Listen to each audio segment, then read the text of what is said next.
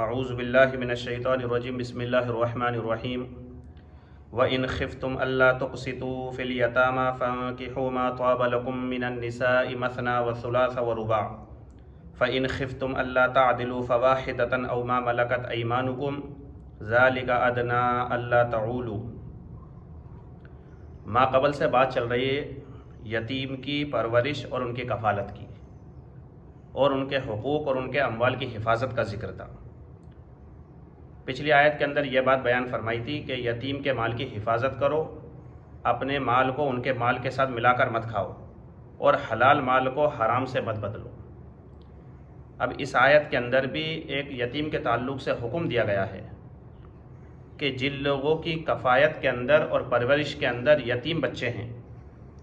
وہ ان سے اس خیال سے نکاح نہ کرے، یعنی یتیم جو لڑکیاں ہیں ان سے اس خیال سے نکاح نہ کرے کہ ان کا جو مہر ہوگا وہ اپنی اچھا سے ہم جو ہے مقرر کر دیں گے، اور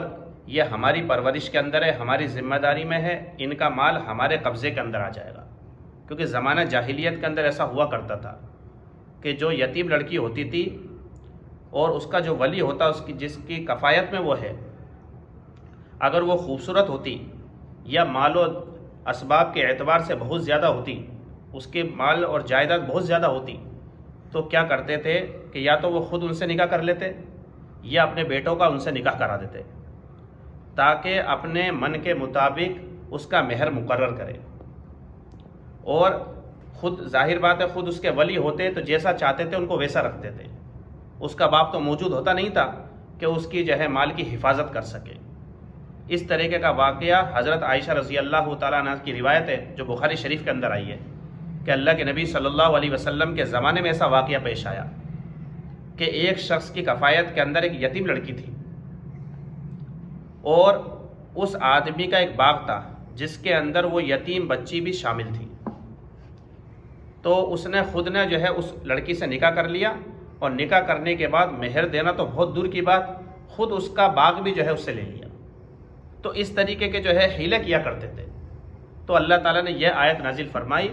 اور اس میں صراحتاً یہ بات بیان کر دی، اور صاف طور پر یہ بات بیان کر دی کہ یتیم کے مال پر قبضہ کرنے کا کیسا بھی حیلہ بنانا یہ ہرگز جائز نہیں ہے، یعنی یتیم کے مال کی حفاظت کرنا تمہاری ذمہ داری بنتی ہے۔ بات سمجھ میں آ رہی ہے نا؟ تو اس زمانے میں لوگ ایسا کرتے تھے کہ یتیم بچیوں سے نکاح کرتے، اور ان کا مقصد یہ ہوتا تھا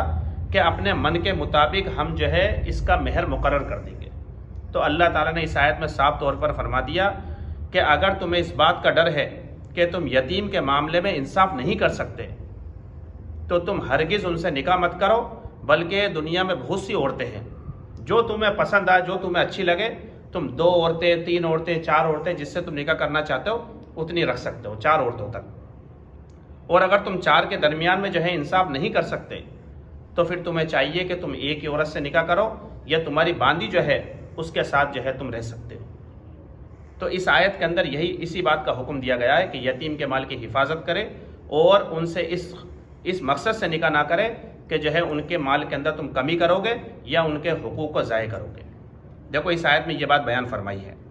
وَإِنْ خِفْتُمْ أَلَّا تُقْسِطُوا فِي الْيَتَامَى، اور اگر تمہیں ڈر ہو کہ تم یتیم کے معاملے میں انصاف نہیں کر سکو گے، فَانْكِحُوا مَا طَابَ لَكُم مِّنَ النِّسَاءِ مَثْنَىٰ وَثُلَاثَ وَرُبَاعَ، تو تم نکاح کرو ان عورتوں سے جو تمہیں پسند ہو، 2 3 اور 4۔ فَإِنْ خِفْتُمْ أَلَّا تَعْدِلُوا، اور اگر تمہیں ڈر ہو اس بات کا کہ تم ان کے درمیان انصاف نہیں کر سکو گے، یعنی 2 عورتوں کے درمیان، 3 عورتوں کے درمیان، 4 عورتوں کے درمیان تم نے 3 نکاح کر لیے، 4 نکاح کر لیے، اور تم ان عورتوں کے درمیان تم انصاف نہیں کر سکتے، تو اس صورت کے اندر فواحدتاً ایک عورت سے نکاح کر لو بس۔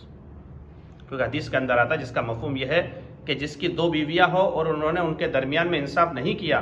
تو قیامت کے دن اس حالت میں آئے گا کہ اس کا ایک حصہ جو ہے جھکا ہوا ہوگا۔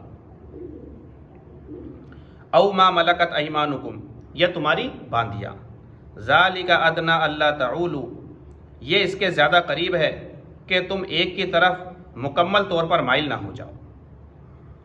آگے ایک اور حکم دیا، دیکھو وَآتُوا النِّسَاءَ صَدُقَاتِهِنَّ نِحْلًا۔ اصل میں اس زمانے میں یہ ہوا کرتا تھا کہ عورتوں کو جو ہے مہر نہیں دیا جاتا تھا، حالانکہ مہر جو ہے وہ عورتوں کا حق ہے۔ بھائی نکاح ہوتا ہے نا، نکاح ہونے کے بعد مہر جو دیا جاتا ہے مرد کی طرف سے وہ عورتوں کا حق ہے، وہ دینا بالکل ضروری ہے۔ لیکن اس زمانے کے اندر جو ہے یہ ہوتا تھا کہ لوگ عورتوں کو مہر نہیں دیتے، اور اگر مہر دینا پڑ جاتا تو بہت تلخی کے ساتھ اور غصے میں اور بہت غمی کے ساتھ دیا کرتے تھے، یعنی ان کی اچھا نہیں ہوتی تھی کہ ہم ان کو مہر دے دیں۔ اور کیا کرتے تھے کہ اگر مہر دے بھی دیا تو زبردستی عورت سے جو ہے مہر کو معاف کروایا کرتے تھے، جیسا کہ آج کے زمانے کے اندر بھی یہ ہو رہا ہے کہ اس بات کی طرف انسان کی توجہ جاتی نہیں ہے کہ عورت کو ہمیں مہر دینا بھی ہے، حالانکہ یہ حق ہے اس کا، دینا پڑے گا ہمیں۔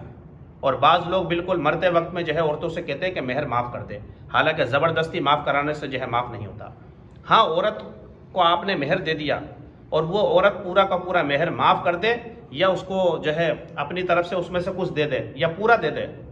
تو یہ عورت کو حق ہے، اس کے بعد انسان اس کو کھا سکتا ہے۔ اس آیت کے اندر اسی بات کو بیان فرمایا ہے کہ عورتوں کو ان کا مہر دو، ہاں اگر وہ اس میں سے کچھ چھوڑ دے یا تمہیں دے دے یا معاف کر دے تو پھر تم اس کو کھا سکتے ہو، ورنہ زبردستی معاف کرانے سے معاف نہیں ہوتا ہے۔ دیکھو وَآتُوا النِّسَاءَ صَدُقَاتِهِنَّ نِحْلًا،